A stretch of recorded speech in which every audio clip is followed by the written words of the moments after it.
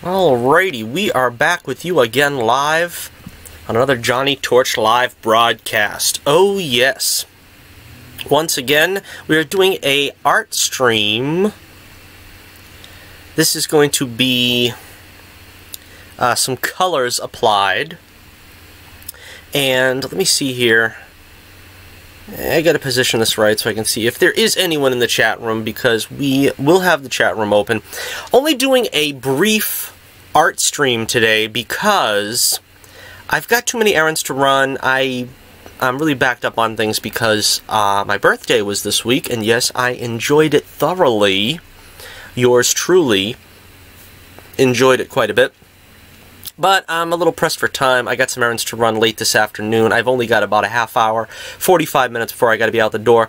So in that time, I'm going to work on my Bullets Bourbon Chronicles #1. That's what we're calling these, #1, these remasters. And we are going to continue coloring said issue. This is a scene in Bullets Bourbon #1 where Bullets is seen to be just hanging out with his friends Joe Thursday and Patrick Chubby O'Reilly, and they frequent it's a pool room / sweet shop, which is very unique, I suppose. That is run by an old retired boxer named what did I name him? Dempsey. Oh yes, after Jack Dempsey. And of course, he isn't in too many episodes. That's the thing. That's why I forgot. One would say he is a sort of a background character, an ancillary character, so to speak. But I've put this tease on my website, which you can check if you check the link in the description below. You can find the Bullets Bourbon Comics website, where you can purchase any and all of these stellar, magnificent issues. But I put a tease there that he has an interesting backstory, Dempsey does, and that someday I will get to that backstory.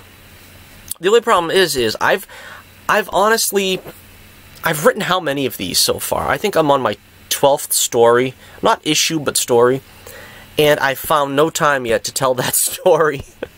So hopefully I have, God willing, I have the years ahead of me that I can find time to tell that story.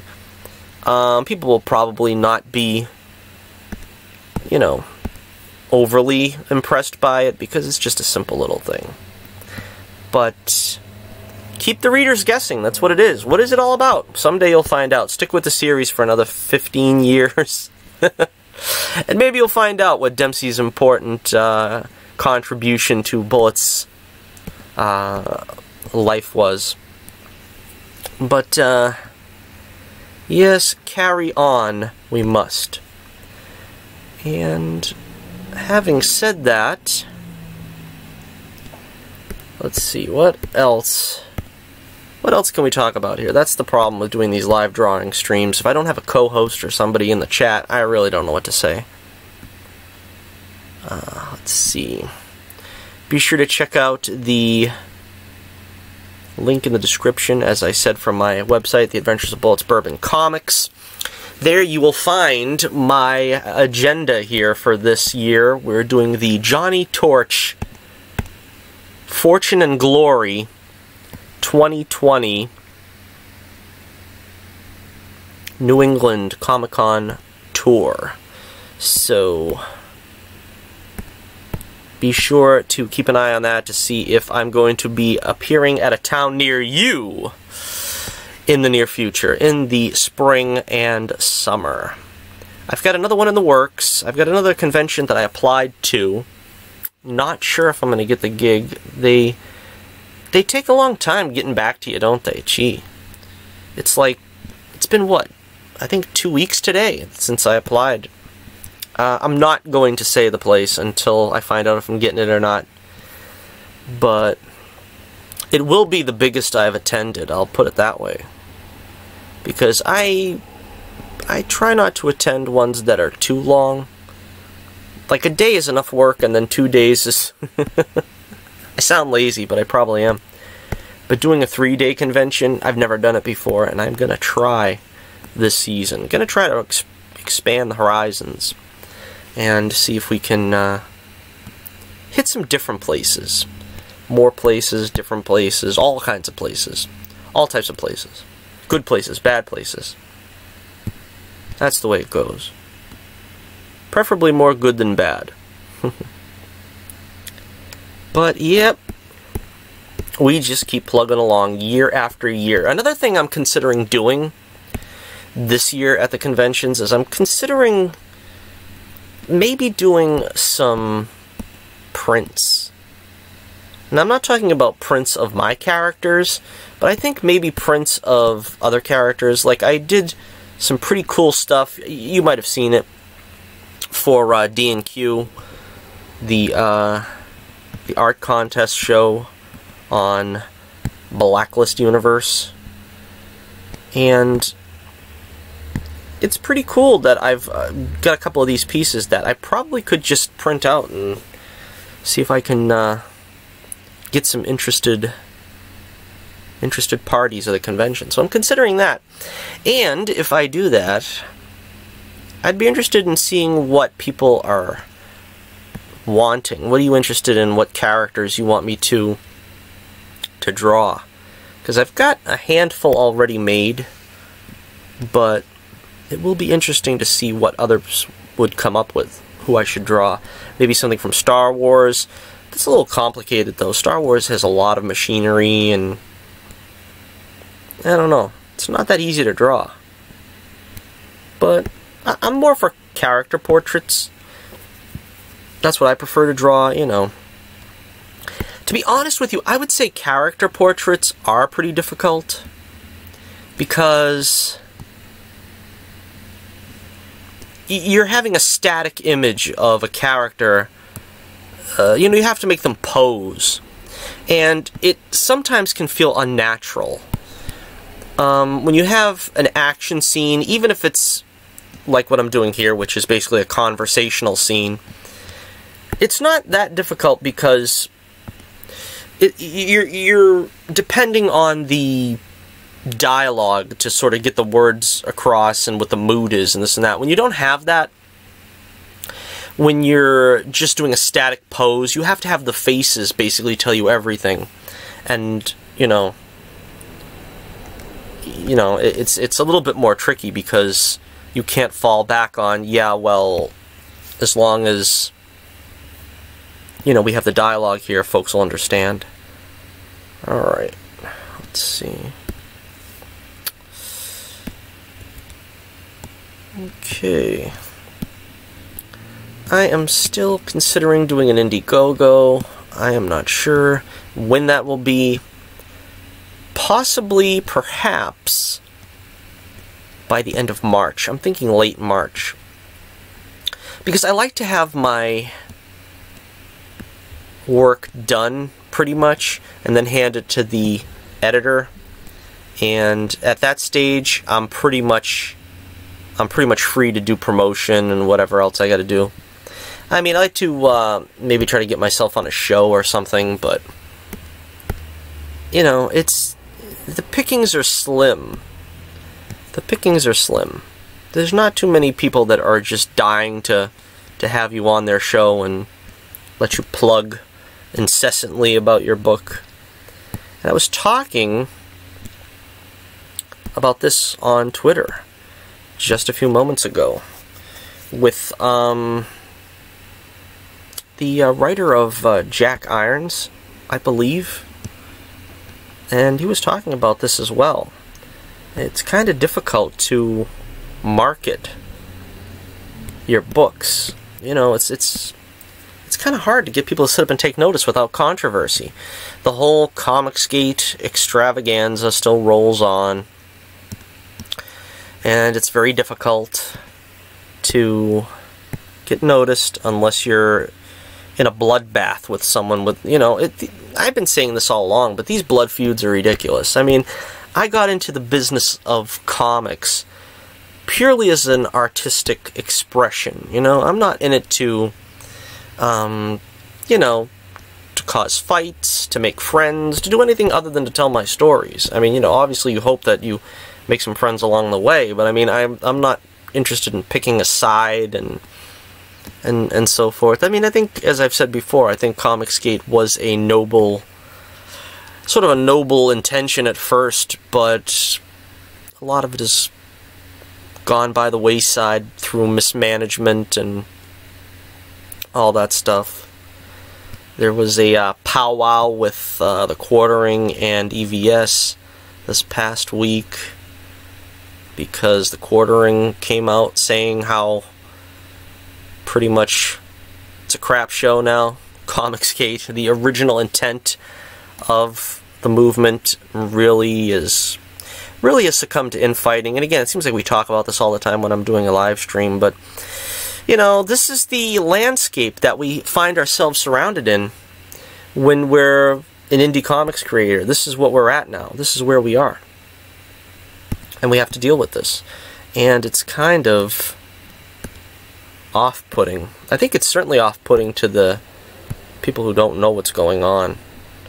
But if you're in the industry, it's just as off-putting. This is difficult to touch up here, but sometimes I want to touch up these little things. It's not really a big deal because once you zoom out enough, you're really not going to notice the complete spherical quality of the pupil. But sometimes I get that way. The OCD kicks in, and you have no choice but to obey it. All right. Let's see, what are we doing here? As I always say, I'm really anxious to get to work on issue 7. Issue 7 is going to be a humdinger. So I am hoping to get this one done in the next month. It's kind of, you know, it's an ambitious project because I have to recolor the entire book, which is time consuming enough as it is, but then I have to redraw and color 2 pinups that were originally in the first book, and then I have to write an afterword, which will probably take me, you know, a day or two. I often wonder, how interested are people in the afterwards? I don't know, because that's more something that I like.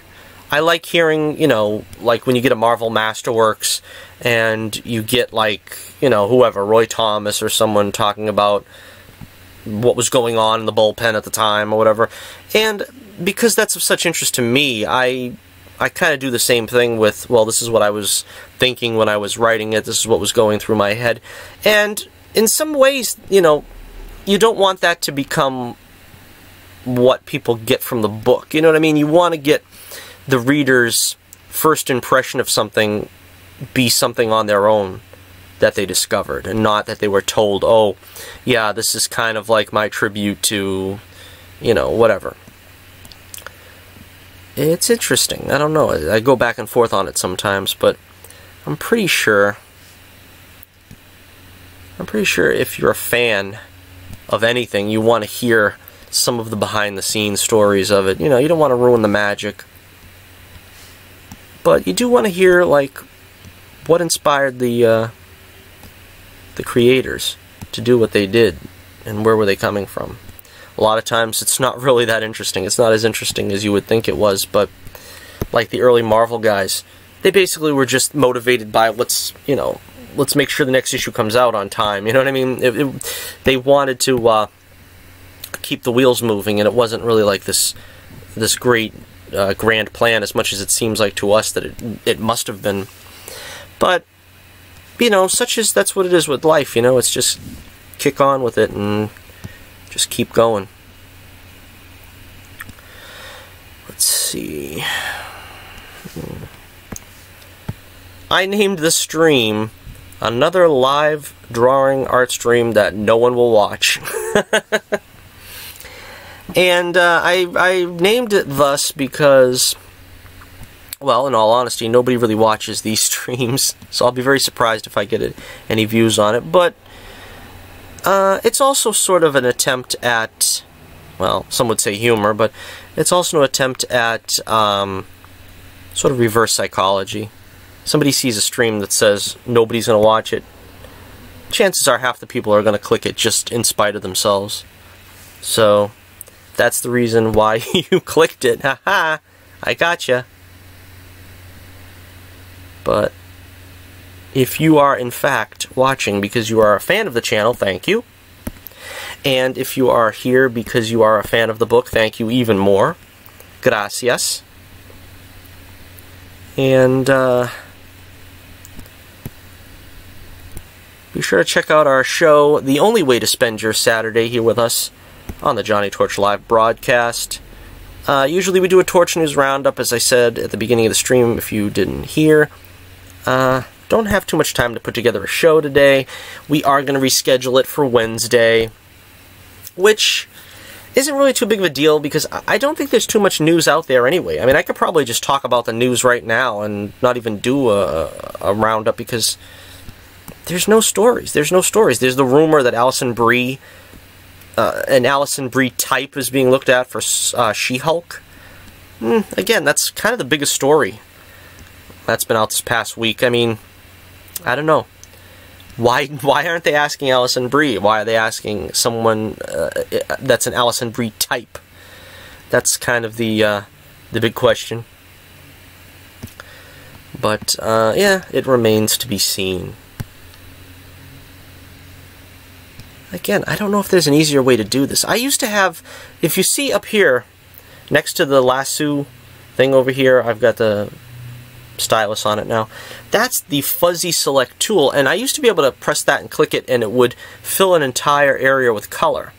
And for some reason it doesn't work for me anymore. And if anybody could explain to me why that doesn't work anymore, that would be wonderful. But again, I am a tech illiterate pretty much. I don't really understand how anything works. It's only through base trial and error that I get anywhere near learning anything.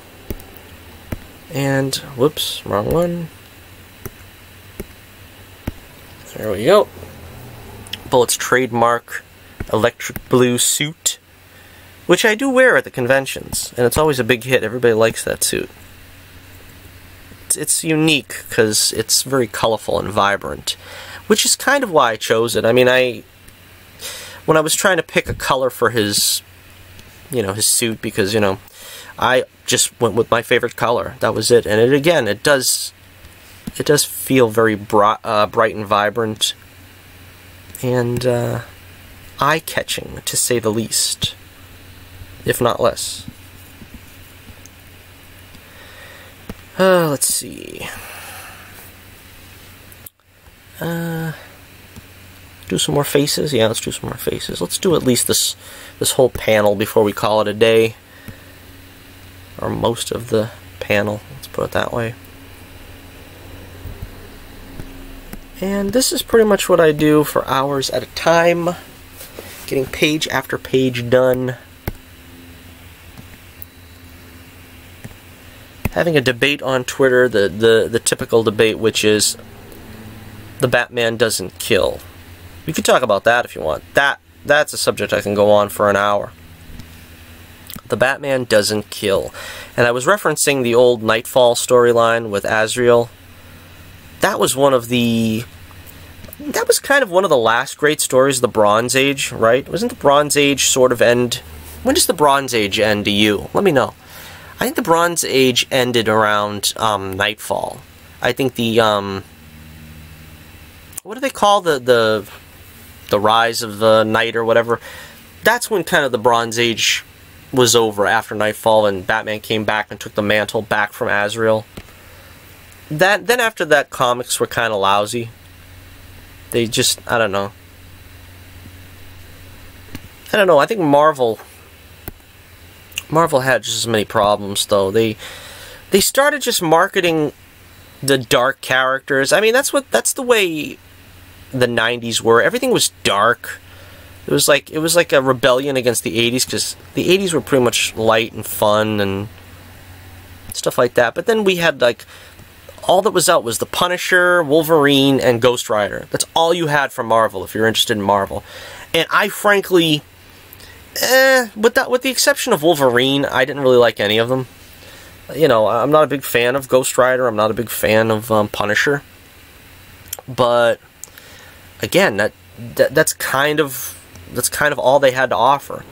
Now, you know, it was a little bit easier in DC because, let me make sure I have the right colors here. There we go. A little bit easier because they still had the standard Batman, Superman, stuff like that. But the problem with DC I always had was they ditched a lot of their characters for decades. And I've always said this. I'm a Barry Allen fan, and I was just like disconsolate that Barry Allen was killed in Crisis and he didn't show up again for, like, I don't know, what was it, 25 years or something? It's like, I don't know how you do that for so long. How do you get rid of one of those, you know, great pioneer characters? And Hal Jordan was much the same. They kind of put him out to pasture, which was, as I said, disappointing. But, you know, and then as it eventually comes around, you know, they end up bringing him back. Same thing with Supergirl, same thing with Barry Allen. It just takes a while. But that's what kind of turned me off to comics in the 90s. It was pretty much the excess of the dark stuff with Marvel, and then the killing off of beloved characters or putting them out to pasture on DC side. Which, you know, it depends. If it's a character that is not beloved, you can kill them off and it's not that big of a deal. I don't really see, you know, the benefit of killing off an important character like that. Does it only serve to prop up Wally West? I mean, I'm all for stuff like maybe changing a character's relation, like Dick Grayson becoming Nightwing. That was pretty cool, you know what I mean? Because he still exists, and he's got the mantle of something else. But, I mean, like, if you don't want to have Wally West be Kid Flash anymore, you know, you just come up with some kind of alternative name. You don't just kill Barry Allen and say, okay, well, now this is our new Flash. You know what I mean? It's like, I've always said, I don't like mantle passings. I don't like, you know, because no matter what you do, you're not going to be able to replace Batman. Bruce Wayne is Batman. And it's pretty disappointing when they do stuff like that. They try to convince you that they can replace, you know, an important character like that, be it Captain America or Iron Man or whatever. It just doesn't work. And you do better to just replace the character, you know, with another name, you know what I mean, if you want to give them some kind of an upgrade or something. But, of course, in Marvel's side, they do it basically out of trying to, you know, do the political correct thing. That's why they changed so many of their characters. But, I don't know. I always said one of the last great comic book creations in the 90s, apart from Bullets Bourbon, of course, was Sleepwalker. I remember that character from Marvel. I collected him. It was one of the last comics I collected. And I don't really remember too much about where it ended. I probably stopped collecting it before it ended, but it was like this kid would like fall asleep, and then this mind phantom or something would come out of his mind and establish a physical presence in, you know, the universe or something, and then when he woke up, then he would go back into like the mindscape or something. I thought it was pretty clever, and I'm surprised that that character never caught on, and they didn't really attempt to do anything else interesting with it. I'm not sure. I forget who created him too. Was it? Nah, I ain't even gonna speculate. I don't remember. But I don't know. It's interesting. Very interesting. But of course, the topic being Batman doesn't kill. I mean, a lot of people want to see Batman kill, and I don't understand it. I honestly don't know why, because it's ingrained in the character's makeup. And a lot of people want to be like, well, that's the original Batman, the way they created him in the 40s or whatever it was, and that's why he can kill now. Well, no, I'm sorry, that's not how it works. You know, when you have like 80 years of the character evolving, you don't just throw away all that to say, well, he killed back in the 40s. That was the golden age, you know what I'm saying? The golden age does not, you know, or we haven't really retained anything from the golden age, apart from, you know, some of the fundamentals, I suppose. But, you know, you can't fall back on that. That's like saying, you know, I want Batman to wear a pink costume because in the 50s he wore a pink costume for an issue or something like that. It's like you can find anything. You can find any excuse to do anything with any of these characters if you go back to the golden age. But the default setting was that Batman, Bruce Wayne, trained himself so well that he would never have to kill. He would never have to take a human life. And it's a code that he lived by. And, you know, that's not something that's easily, you know, put aside, swept over, swept under the rug or something just for the sake of, you know, some people having that bloodlust for Batman to just, you know, want to waste the enemies. And a very important, like I said, milestone issue was that's why he was taking out Azrael in the Nightfall saga there, was because he was discrediting the Batman name. And again, that's not something you do. So, again, when it comes to like action adventurers, you know what I mean? You hold them to different standards. For instance, you know what I mean? If Indiana Jones kills, I don't think much of it because he's killing, you know, satanic cult leaders or members or Nazis. That's basically it. And if he's going to kill them, then, you know, it's appropriate for the story they're telling. But when you've got a superhero, they're supposedly trained to be able to not use excessive force, you know, not to resort to killing. We're not talking about mere mortals. Now, granted, you know, some would say Batman is a mere mortal. He's, you know, he should have the leeway there to kill because he's, you know, a human being that doesn't have much else to fall back on apart from his, you know, prowess and wisdom. But that's the thing. He made himself to be an unstoppable weapon, a human weapon, and like any other weapon, he needs to be playing by a very strict conduct, and you know, you can't just take that away from him because he's human and say, well, you know, obviously Superman has, you know, almost godlike powers. He, you know, he should restrain himself more. Well, no, it's not any different than the rest of us. I mean, we all have to restrain from, you know, breaking a moral law, you know, breaking the moral code of protecting life and not taking a life. It's always easier to do, you know, what's wrong.